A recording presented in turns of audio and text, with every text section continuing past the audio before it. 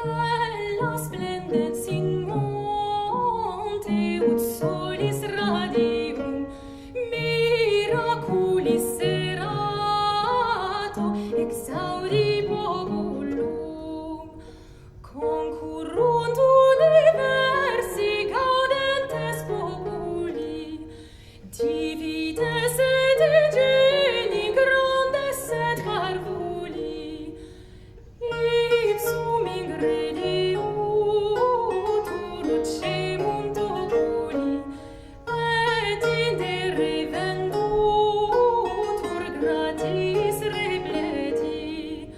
Stella splendens in monte, ut solis radium, miraculis serato, exaudi populum. Prelats et barones comites ingriti, religiosi omnes atque prebiteri, milites mercatores, cives marinari, burgenses piscatores, premiantur ibi.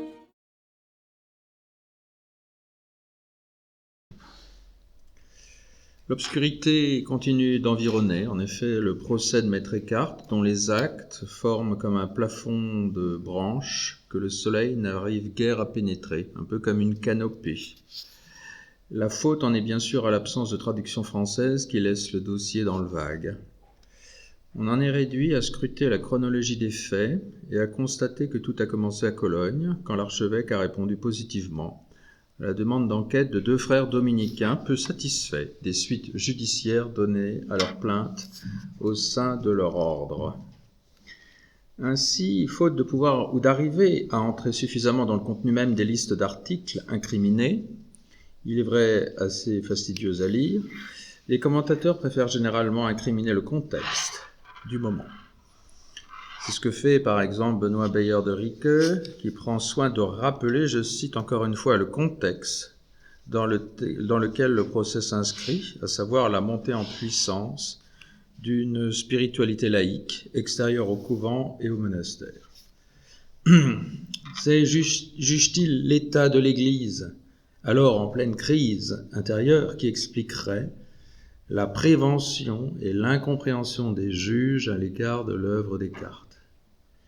L'évêque de Cologne, puis le pape, partageraient en effet la même réaction défensive du clergé face à la montée en puissance de mouvements religieux renversant la hiérarchie en prônant notamment le sacerdoce universel comme les Vaudois, c'est-à-dire les disciples de Pierre Valdo. La thèse est claire. Je cite de nouveau, le procès et la condamnation de Maître Eckhart apparaissent compréhensibles dans un tel contexte. On pourrait même en tirer ce corollaire. Sans ce contexte, le procès et la condamnation sont incompréhensibles. Ou pour le dire avec Bernard McGuinn, les accusations, je cite, portées contre Eckhart n'ont de sens que dans le contexte des peurs concernant l'hérésie du libre esprit qui était allée croissant depuis le tournant du siècle. Encore et toujours, on allègue le contexte, aussi lourd pour l'Église que pour ses opposants. Pour un peu, on serait tenté de plaider les circonstances atténuantes pour l'Église, vu la difficulté du contexte. Elle a certes condamné à tort, mais c'est qu'elle était engagée dans une lutte à mort contre les hérésies. Eckhart est arrivé au mauvais moment. Sa manière à agacer des autorités irritables est déjà irritée, etc. Cependant, cette explication par le contexte, cette explication contextuelle, aujourd'hui très courante, n'est-elle pas trop belle à nos propres yeux pour que nous n'y regardions pas 2 fois ? N'est-elle pas trop commode, puisqu'elle exonère Eckhart dans l'absolu et excuse aussi l'Église, à défaut de l'absoudre tout à fait, d'avoir agi sous la pression d'un contexte peu serein. Pourquoi, par exemple, le procès se déclenche-t-il à Cologne en 1326 et pas plus tôt ? Croit-on que les censeurs soient plus lucides ou plus stricts sur les bords du Rhin que sur les rives de la Seine? Ou bien serait-ce que l'archevêque de Cologne soit plus tyrannique que les autres et qu'il abuse de ses pouvoirs pour procéder à une répression cruelle? Mais n'est-il pas en réalité en phase avec les instructions officielles contenues dans les Clémentines à l'égard des béguines? Peut-être Eckhart est-il moins dur que lui, dira-t-on avec bon sens. On imagine en effet aisément avec quel soulagement il a accueilli la lettre du pape qui a suivi la publication des Clémentines, recommandant d'adoucir la répression et de privilégier la persuasion. L'archevêque de Cologne et celui de Strasbourg avant lui pouvaient-ils ignorer cependant qu'Eckhart appliquait ainsi les directives du pape et qu'il prêchait avec douceur, comme il sied à un dominicain qui enseigne par le verbe et par l'exemple, à l'imitation de saint Dominique? Imagine-t-on l'archevêque déclenchant un procès pour excès de mansuétude? N'est-ce pas un motif peu crédible? Et croit-on que la papauté d'Avignon aurait donné suite à une accusation aussi peu consistante? Et puis recourir au contexte, n'est-ce pas ouvrir la porte à l'imagination et au roman? Pourquoi pas Eckhart condamné parce qu'allemand et non latin, ou bien persécuté parce que trop proche des béguines, à qui il donne raison contre le pouvoir masculin de la hiérarchie cléricale. Autant d'explications qui ont été données déjà. Et comment ne pas citer Eckhart, nouveau Christ, abandonné de tous, livré aux injures des docteurs de la loi? Point n'est besoin de chercher dans les frères Karamazov la légende du grand inquisiteur, il suffit de lire la vie d'Eckhart comme un 5e évangile. Mais le dominicain Eckhart pouvait-il seulement se dresser contre la répression menée par l'Inquisition dirigée par l'ordre des dominicains auquel il appartient? N'est-ce pas le confondre avec d'autres, comme le franciscain languedocien Bernard Délicieux, qui pensait qu'il n'y a d'autres hérétiques que ceux que fabriquent les inquisiteurs eux-mêmes? Imagine-t-on Eckhart pousser l'insolence au point d'affirmer, comme le franciscain insoumis, que si Saint-Pierre et Saint-Paul devaient comparaître devant l'Inquisition, aussi bons chrétiens qu'ils fussent, ils seraient probablement condamnés eux aussi comme hérétiques, après avoir avoué sous la torture? N'est-il pas un dominicain chargé de lutter contre l'hérésie en prenant soin des béguinages et autres tiers ordres pour les ramener vers l'orthodoxie? Au fait, a-t-on un seul passage, une seule ligne de Maître Eckhart qui critique l'Inquisition? N'est-il pas plus raisonnable de penser que l'évêque de Cologne a réagi de bonne foi et en conscience après avoir été mis en présence de thèses suspectes? Quelque chose comme un événement ne doit-il pas entrer dans l'explication qui soit comme la goutte d'eau qui a fait déborder le vase ou l'étincelle qui a mis le feu aux poudres? Les commentaires et les questions tenues à Paris ont suscité, on le sait, des débats, puisque les maîtres franciscains de Paris ont répondu aux arguments Descartes dans ce qu'il est convenu d'appeler la 3e question parisienne. Mais il n'y avait pas là matière à polémique et encore moins à procès. Se peut-il que l'œuvre Descartes ait changé entre-temps depuis 1303 et que les thèses défendues soient devenues plus subversives? Car depuis lors, Eckhart a décidé, enfin, de commenter l'Évangile lors de son 2e séjour à Paris, probablement entre 1311 et 1313. Croit-on qu'en accédant ainsi au sommet de son œuvre interprétative, il n'ait pas procédé dans le même temps à une radicalisation de ses thèses?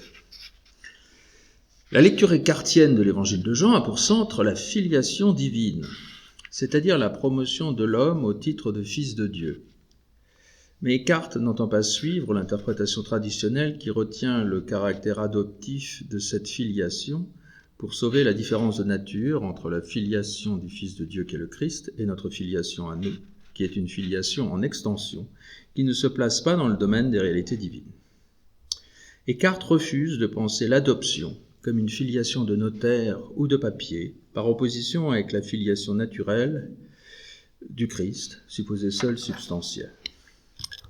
Ce faisant, il étend manifestement à l'homme la filiation substantielle censée valoir pour le Christ seulement.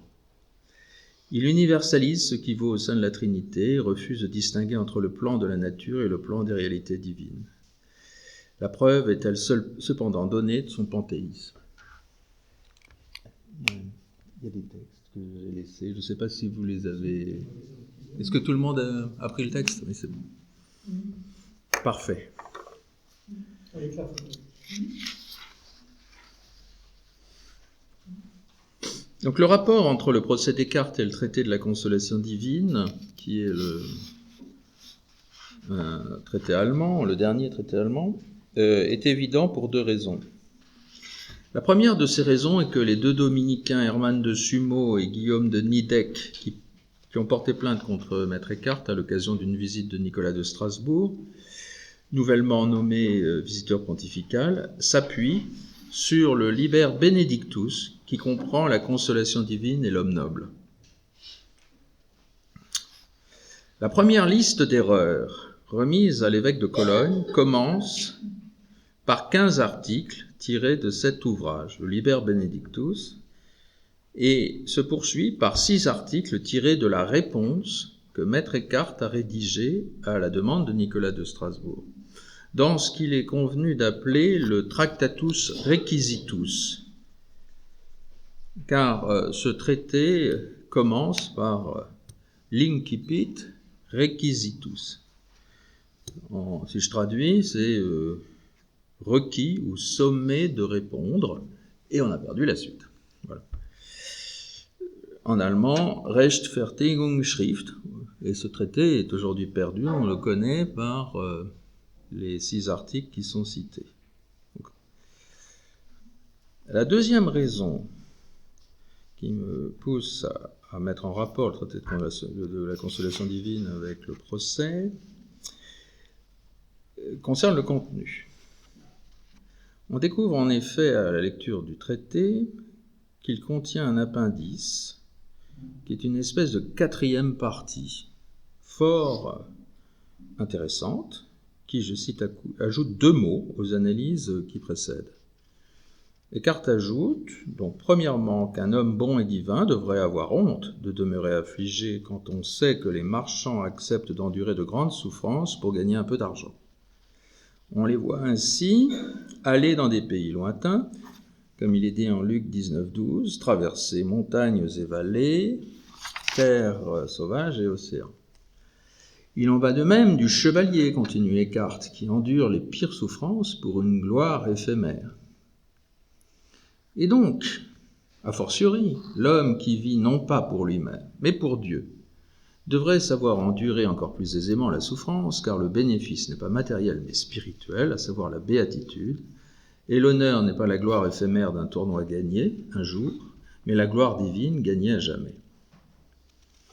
Subrepticement, Eckhart insère une citation de Luc 19,12 qui forme le thème du sermon de l'homme noble, qui vient juste après, dans le Liber Benedictus, à savoir, un homme noble s'enfuit en un pays lointain pour s'y gagner un royaume et revenir ensuite.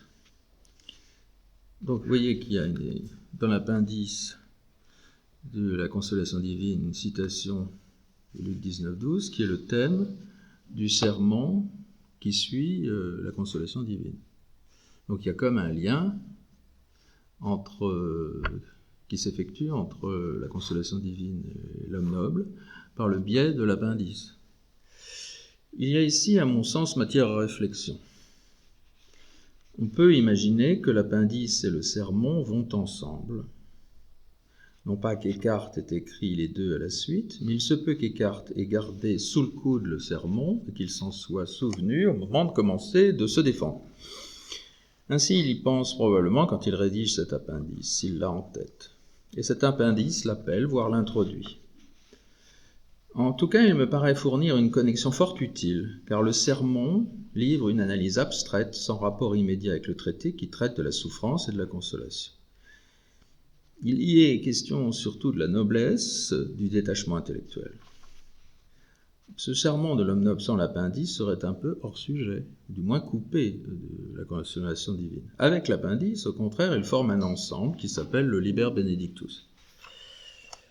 Eckhart ajoute ensuite un deuxième mot dans cet appendice qui répond aux critiques des grossiers personnages, je cite, qui prétendent que ce qu'il dit n'est pas vrai.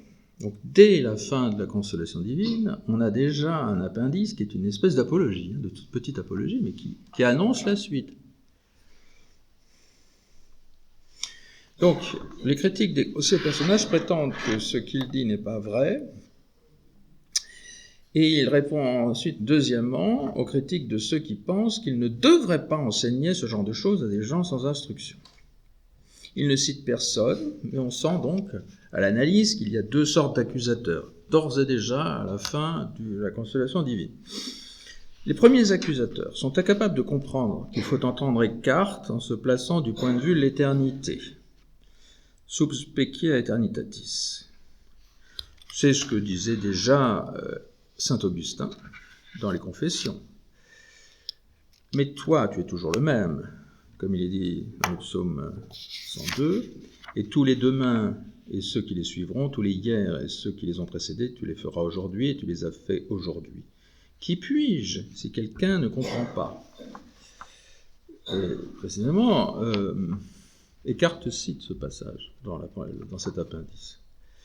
On ne peut pas faire grand-chose, visiblement, sauf peut-être de conseiller à ceux qui ne comprennent pas de relire saint Augustin et les Confessions, au lieu d'accuser ceux qui, comme Eckhart, reprennent ses analyses. Car dans le premier livre des Confessions, 1.6,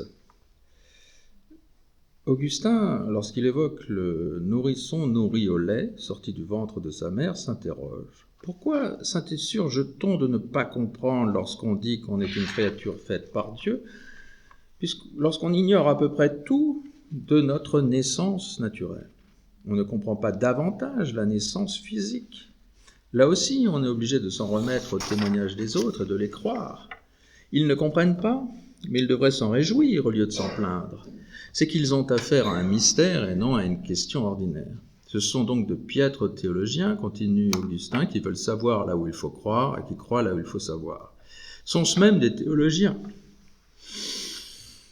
On retrouvera la même citation et la même analyse dans l'appendice conclusif de la réponse au deuxième rouleau, au paragraphe 151, de ce qu'on appelle parfois l'écrit de justification, et qu'on ferait mieux d'appeler, à mon sens, l'apologie majeure. C'est en effet la troisième fois qu'Eckhart écrit alors une apologie. D'abord très brièvement à la fin de la consolation divine, un peu plus longuement ensuite dans le traité Requisitus, dont on retient 6 articles, ce qui n'est pas énorme, et enfin très longuement dans la réponse aux accusations de Cologne en 151 paragraphes, plus 145 plus 9, soit en tout 305, ce qui correspond à la taille habituelle des livres de commentaires bibliques Descartes. Il nous revient ici en mémoire que le pape Jean XXII, dans la lettre de mission et de cadrage adressée le 1er août 1325 à Nicolas de Strasbourg et Benoît de Côme, qu'il vient juste de nommer visiteurs pontificaux, évoque des supérieurs qui ont abandonné toute modestie et toute prudence, au point de faire subir à des frères diverses blessures et injustices, certains d'entre eux étant injustement privés de leur statut et grade universitaire, et d'autres, avec encore moins de raison, carrément exclus de l'ordre. L'acrimonie suscitée par Eckhart pourrait-elle provenir du fait que ce grand théologien parisien a remis en cause, quelque part, le niveau intellectuel assez modeste de ses collègues provinciaux, blessés ensuite d'être ainsi rétrogradés ou humiliés? Eckhart s'est-il contenté d'être très au-dessus de la moyenne, ou bien a-t-il fait sentir aux autres leur médiocrité? Toujours est-il qu'un certain nombre de ces médiocres lui en ont voulu au point de monter une accusation contre lui. Le deuxième groupe d'adversaires critiques est cité avec moins de mépris. Ce sont ceux qui appellent à plus de prudence et de discernement dans le discours et qui conseillent à Maître Eckhart de ne pas offrir les considérations les plus élevées à des gens sans instruction. C'est à peu de choses près, ce que recommandera le chapitre général de Venise par le biais du général Barnabé de Versailles le 5 août 1325. On peut penser par conséquent qu'Eckhart évoque ici ses aimables collègues, supérieurs de l'ordre comme lui, qui lui ont probablement adressé de sages conseils de prudence, entre amis, comme on dit. Il arrive en effet que l'on pêche par excès de générosité avec son savoir, comme d'autres avec leur argent. Mais il ne faut pas donner des perles au pourceau, ce qui peut signifier qu'il faut adapter son discours à son auditoire, sous peine de scandaliser les esprits charnels par des paradoxes dont le sens spirituel échappe. Strasbourg n'est pas Paris, les Béguines ne sont pas des étudiants en théologie de la Sorbonne. Descartes devrait le savoir. On retrouve tout au long du procès, jusque dans le contenu même de la bulle de condamnation, cette double critique alimentée par ces deux sources. On a tout d'abord la critique de ceux qui n'y entendent rien et qui accusent grossièrement Descartes d'hérésie. Probablement écrasé par la supériorité intellectuelle de Descartes, qui s'est probablement permis de juger de haut le niveau modeste de leur cours, comme un normalien en visite d'inspection en province, si je puis dire, ils se vengent à leur façon, c'est-à-dire un peu bêtement. Ces derniers disent à peu près ceci: ils nous reprochent de ne pas connaître la métaphysique d'Aristote, mais lui ne connaît même pas l'Évangile. Et ensuite, on a la critique plus fine des autorités de tutelle qui craignent que ces subtilités mal entendues par des fidèles sans instruction, je cite, ne corrompent le cœur des gens simples, notamment si ces derniers en déduisent la vanité des bonnes œuvres. Mais à raisonner de la sorte, répond Descartes, on finit par ne plus rien enseigner du tout, ou pour mieux dire, par enseigner aux gens simples une doctrine qui ne les instruit pas. Espèce de prêchi-prêcha, hélas trop souvent entendu, le sermon radote alors une sorte de morale sans bonne nouvelle qui laisse l'homme simple aussi peu instruit ou à peine mieux qu'il ne l'était au départ. Jésus en tout cas n'hésitait pas à prêcher à des femmes et à des pécheurs, bref à des gens du peuple sans instruction. Agrammatoi kai idiotai. Acte 4, verset 13. Le Liber Benedictus a donc probablement connu deux phases de rédaction. Une première rédige les 3 premières parties de la Consolation divine, et une seconde rédige l'appendice et remanie un sermon pour en faire l'homme noble. La deuxième phase, un peu plus tardive sans doute, révèle que des résistances se sont faites jour dès la fin du séjour de Descartes à Strasbourg. On peut penser qu'Escartes a rédigé la Consolation divine pour s'adresser à ses auditeurs de langue allemande, à commencer par les Béguines, dont il avait la direction. Il répondait ce faisant à sa vocation de dominicain, prêchant par l'exemple et le verbe, en langue vernaculaire, conformément aux instructions anciennes de son ordre, et aussi pour se conformer aux instructions pontificales, préférant la persuasion à la répression. Mais il s'est senti obligé, avant même de l'être officiellement, de rédiger une suite pour se justifier ou enfoncer le clou. On trouve de surcroît, dans le commentaire de Jean, un passage fort remarquable, c'est le paragraphe 654, qui précise, je cite, qu'une coutume louable veut qu'un homme noble, lorsqu'il veut se rendre dans un pays lointain ou dans une région lointaine, s'adresse à ses amis qui se plaignent de son absence pour les consoler spirituellement en soulignant la nécessité de son absence et le bénéfice qu'ils en tireront eux aussi. On retrouve là encore le même passage de Luc 18-12. On oublie de rapprocher ça avec ce paragraphe du commentaire de Jean. Descartes continue alors en disant que le Christ appelle ses disciples amis pour les consoler de s'en aller auprès du Père. Il est bon que je m'en aille, Jean 16, 7. Cette phrase du Christ, c'est la question que je me pose. Ne peut-elle pas être mise aussi sous la plume des Descartes ? Peut-être est-il alors tout simplement en train de consoler ses protégés, les Béguines et les sœurs dont il a la charge de son départ pour Cologne. J'émets ici l'hypothèse que le malheur qui frappe le public féminin qui appelle consolation est à comprendre d'abord comme le départ des Descartes, tout simplement, et ensuite et par extension tous les autres malheurs de la vie. Cette hypothèse demande de reculer encore un peu le Liber Benedictus vers la fin du séjour des Descartes à Strasbourg, donc vers les années 1322, lorsqu'Escartes a appris à ses ouailles la dure nouvelle de son futur départ. Je vais maintenant m'interroger sur le lien avec le commentaire de Jean. Dire qu'Eckhart fut un intellectuel, un universitaire brillant et un homme d'église zélé ne suffit pas, cependant, à expliquer le procès, même si on imagine aisément les jalousies et les haines suscitées par sa conduite. Il faut remonter encore plus loin, jusqu'au contenu philosophique de l'enseignement. C'est l'essentiel pour Eckhart, et ses censeurs le savaient. Eux qui ont vite glissé d'un simple problème de police ou de discipline ecclésiastique vers une analyse de fond, constatant leur incompréhension à l'égard d'une philosophie nouvelle, dangereuse à leurs yeux. Il faut avouer aussi que sa manière a de quoi inquiéter.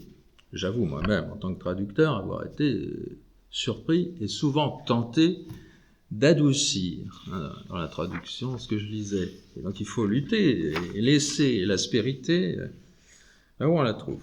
Prenons l'exemple du paragraphe 117 du commentaire de Jean. Si l'on peut encore entendre que le premier fruit, je cite, de l'incarnation du Verbe, qui est le Fils de Dieu par nature, et que nous soyons ou devenions fils de Dieu par adoption, parce qu'il serait de peu de prix pour nous que le Fils soit incarné en Christ et non en moi-même, on peut néanmoins s'inquiéter de le voir identifier la grâce d'adoption à une espèce de seconde incarnation.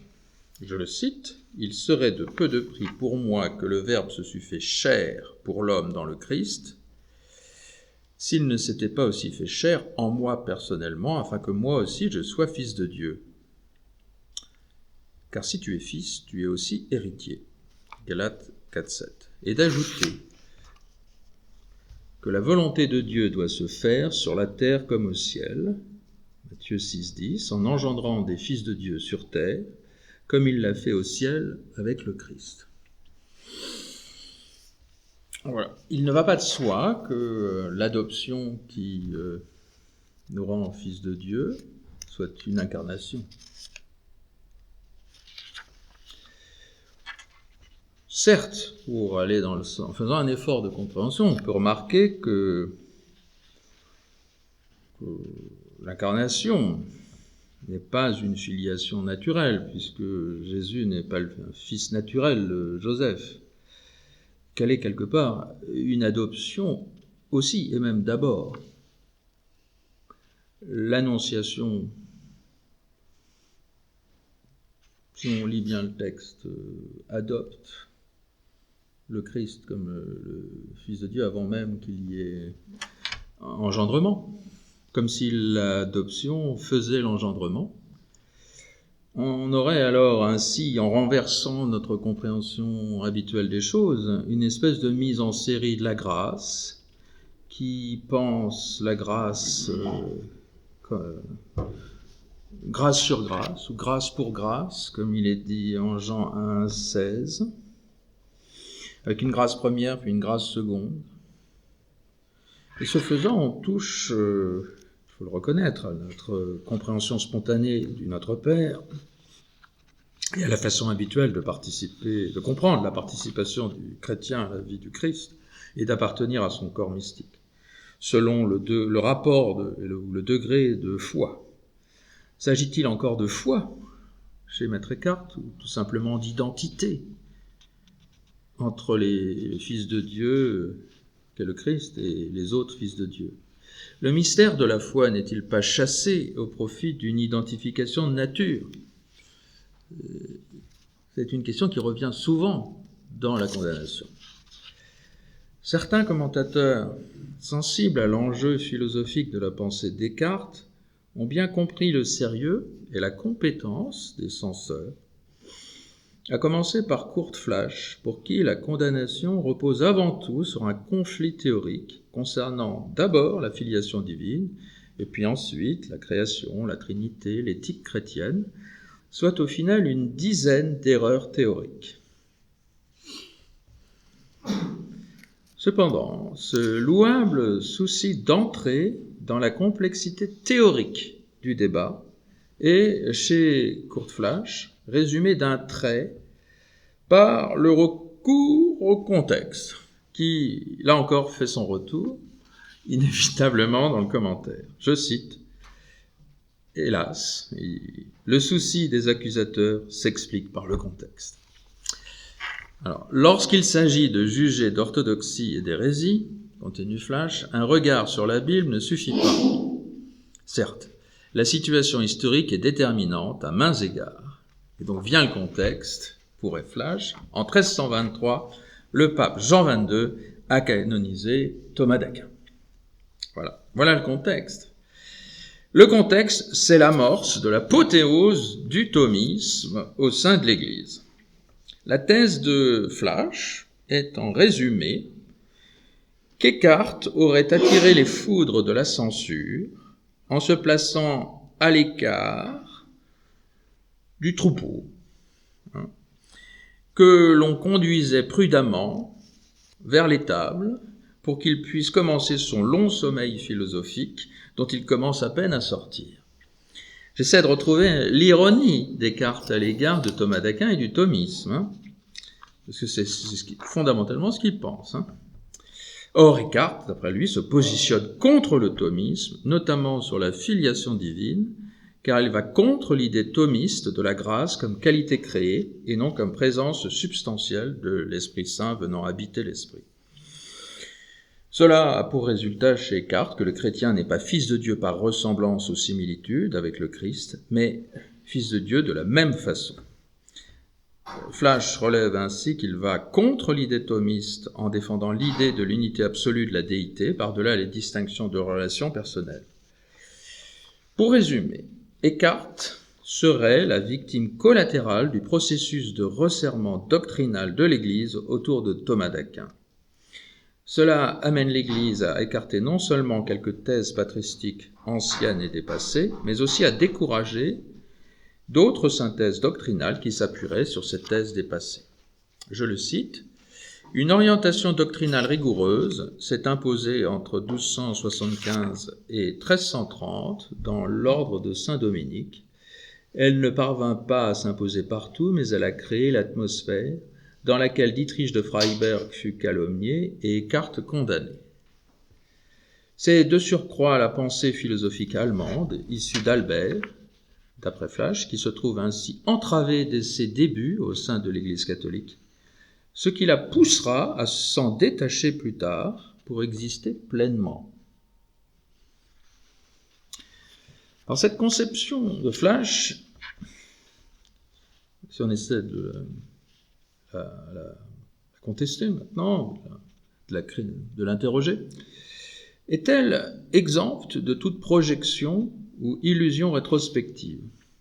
N'est-il pas anachronique, notamment, de prêter à l'Église des années 1330 le même dogmatisme thomiste qu'elle aura au Concile de Trente, puis a fortiori au XIXe siècle, lors de la Renaissance thomiste initiée par les papes d'alors? Les condamnations universitaires de 1270 et 1277 n'épargnaient pas Thomas d'Aquin, ainsi que le rappelle Descartes lui-même dans sa défense, lequel faisait allusion aux critiques des franciscains Jean Pécam et Guillaume de la Mare. Donc de là à imaginer que l'Église en est à imposer Thomas d'Aquin partout comme le champion de l'orthodoxie 50 ans après l'avoir inquiété, c'est allé un peu vite.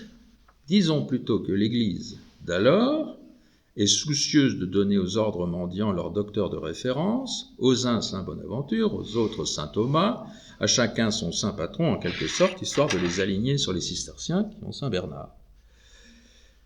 Il est vrai que la pensée de Saint Thomas n'aide pas les censeurs à accéder à une juste compréhension de Maître Eckhart.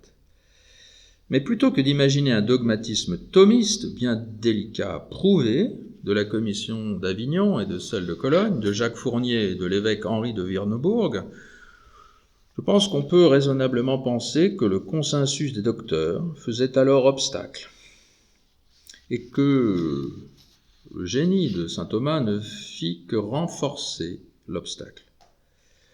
Pour lui, en effet, pour Thomas, on ne saurait réunir tout à fait la foi et la science. Celui qui est le Dieu d'Isaac et de Jacob n'est pas seulement le principe de toute chose, il est celui qui est, et non pas ce qui est.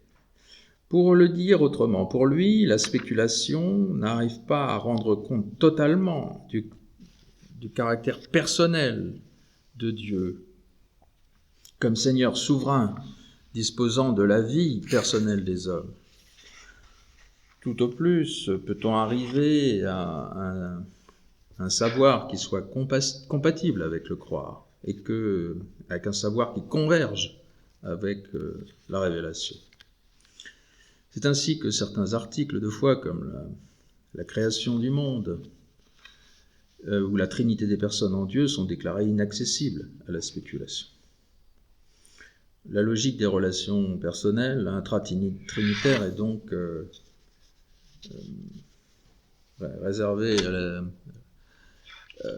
à la foi et non pas à la science. La position de Maître Eckhart est différente sur ce point, parce que pour lui, il cherche à dépasser la distinction de la foi et de la raison, de la chose et de la personne, de la substance et du sujet. Eckhart dépasse la question des rapports de la révélation biblique et de la recherche philosophique. Il n'y a pas de double vérité ici, du moins au sens courant de l'opposition ou de l'harmonie entre la raison et la foi. Il y a partout identité, unité. Unité ne veut cependant pas dire confusion des domaines. En réalité, il y a identité des logiques à l'œuvre à chaque niveau, au niveau divin, naturel et moral. À chaque fois, l'analyse avance de façon duale, comme un vélo dont le pédalier aurait deux plateaux. Il y a identité de la foi et de la science, de la Bible et d'Aristote, parce qu'il y a double vérité d'un côté et de l'autre. Si l'on se retourne vers l'histoire des doctrines médiévales, on trouve curieusement des échos aussi bien chez Roger Bacon que chez les avéroïstes. D'un côté, on reconnaît que la sagesse divine est unique, et de l'autre, on reconnaît qu'il y a en tout domaine une double vérité. Pour cette raison qu'on a beaucoup de mal à classer Maître Eckhart. Ainsi, en théologie, il y a chez Maître Eckhart Dieu en tant qu'être, et il y a Dieu en tant qu'un par-delà l'être. En physique, il y a la nature comme matière, où l'on conserve la quantité de matière, et il y a la nature en tant que génération et annihilation. D'un côté, on a la chimie qui affirme que dans la nature, rien ne se perd, rien ne se crée, tout se transforme, selon la sentence attribuée plus tard à Lavoisier, et de l'autre, on a la nature comme génération et corruption substantielle. En morale, il y a l'ordre des devoirs et des vertus, et il y a l'ordre de la vertu divine en qui se réalise la loi sans que le sujet ait besoin de se commander de le faire par un acte de volonté. Il y a donc dans sa pensée analogie, ce que l'on doit entendre en un sens littéral d'une répétition de rapport, ce que A est à B, C est à D, et inversement, car on peut lire de gauche à droite et de gauche à droite. Il en va de même pour les rapports de la nature et de la grâce. Lorsqu'Eckhart n'hésite pas à comparer avec le mouvement naturel des marées. Parce que Maître Eckhart adore utiliser des images physiques pour illustrer des analyses théologiques ou morales, puisque la logique est la même. Donc il utilise des comparaisons. Alors, l'image des marées, on la retrouve dans votre document, aussi bien dans la consolation divine que dans le commentaire de Jean. La grâce, chez lui, n'est pas un accident brutal imprimant à la volonté une orientation contrariant sa nature, mais elle est l'influence qu'une nature supérieure exerce sur une nature inférieure, comme la lune qui attire à elle les masses d'eau liquide qui ont tendance naturellement à couler vers le bas. Je le cite. Selon sa propre nature, l'eau descend vers la vallée, et c'est là son mode d'être. Mais par l'impression, l'influence de la lune qui est au ciel, elle arrive à démentir et à oublier sa nature propre et à remonter vers les hauteurs. Et cette manière de s'écouler lui est beaucoup plus facile que celle qui coule vers le bas. Dieser Ausfluss ist viel leichter als der Fluss niederwärts. J'ai légèrement corrigé la traduction. J'espère que vous confirmerez la rectification. Eckhart dit la même chose dans le commentaire de Jean 5, 19, qui dit que le Fils ne peut rien faire de lui-même. Un exemple de ce que la forme de la vertu et de la grâce est plus forte, parce qu'elle est supérieure, que la forme naturelle d'une entité, réside dans les marées, où le mouvement imprimé par la Lune dépasse et surpasse celui imprimé par la forme naturelle de l'eau. Il dit ça au paragraphe 417 du commentaire de Jean. Eckhart, dans cette comparaison, qui utilise donc un phénomène physique, celui des marées provoquées par l'influence de la Lune, et qui permet aux masses d'eau d'aller contre l'écoulement vers le bas pour provoquer un écoulement vers le haut. Eckhart délaisse, grâce à cette image, la compréhension habituelle qui commande à l'homme juste de suivre le Christ, de prendre la croix et d'être charitable avec un effort d'application et de contention. Chez lui, c'est pas ça. Il est question chez lui plutôt de laisser agir la justice divine comme une vague surpuissante remontant parfois les fleuves lors des marées. C'est ce qu'on appelle en français du Midi les mascarets. Lorsqu'on voit de jeunes sportifs surfer audacieusement la vague dans le sens de l'amont, à l'envers, en quelque sorte, du courant. C'est un spectacle très étrange pour les spectateurs massés sur la rive. Il en va de même ici, pour l'homme juste chez Maître Eckhart.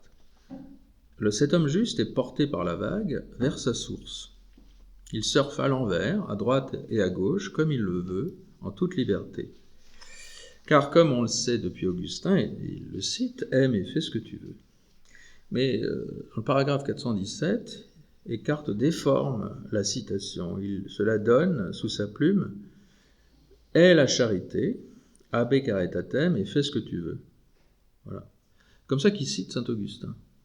Il fait semblant de le citer de tête et de déformer. Alors, pourquoi a-t-il mis « aie la charité » et non « aime » ? Je pense que ça lui permet de rappeler qu'on ne commande pas l'amour, pas plus qu'on ne commande l'amour, mais qu'on doit plutôt comprendre cet impératif comme une certaine façon de se laisser habiter par l'amour, de le laisser déferler, de se laisser porter vers la vague en remontant vers la source. La pensée Descartes a donc de quoi dérouter par son intelligence, qui arrive à penser philosophiquement, ce que les théologiens ont l'habitude de laisser prudemment au mystère de la foi. Une même logique s'applique dans les réalités divines, les réalités naturelles et les réalités morales. Cela a pour effet de naturaliser en quelque sorte la morale, comparée à des phénomènes physiques, comme l'éclairement ou la marée, par exemple.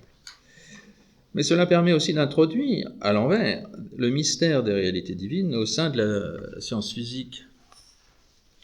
Nicolas de Cuse a compris cela, qui a appliqué la logique de la coïncidence des opposés à l'univers. Et son disciple Jean Kepler, dans le même sens, a intitulé un de ses livres « Mysterium Cosmographicum », le mystère cosmographique, et a réussi à retrouver des relations trinitaires au sein même de l'univers.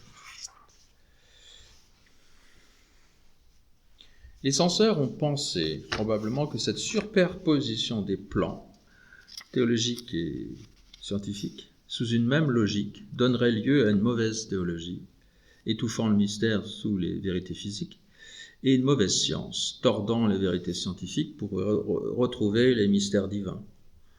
La condamnation des Descartes annonce donc quelque part notre époque laïque, si attachée à distinguer les vérités de foi et celles de la science. Plutôt que la promotion du thomisme, sans doute est-ce la promotion de la distinction de la foi et de la science illustrée et défendue par Thomas d'Aquin, par exemple, qui explique le procès et la condamnation des Descartes. Je vous remercie.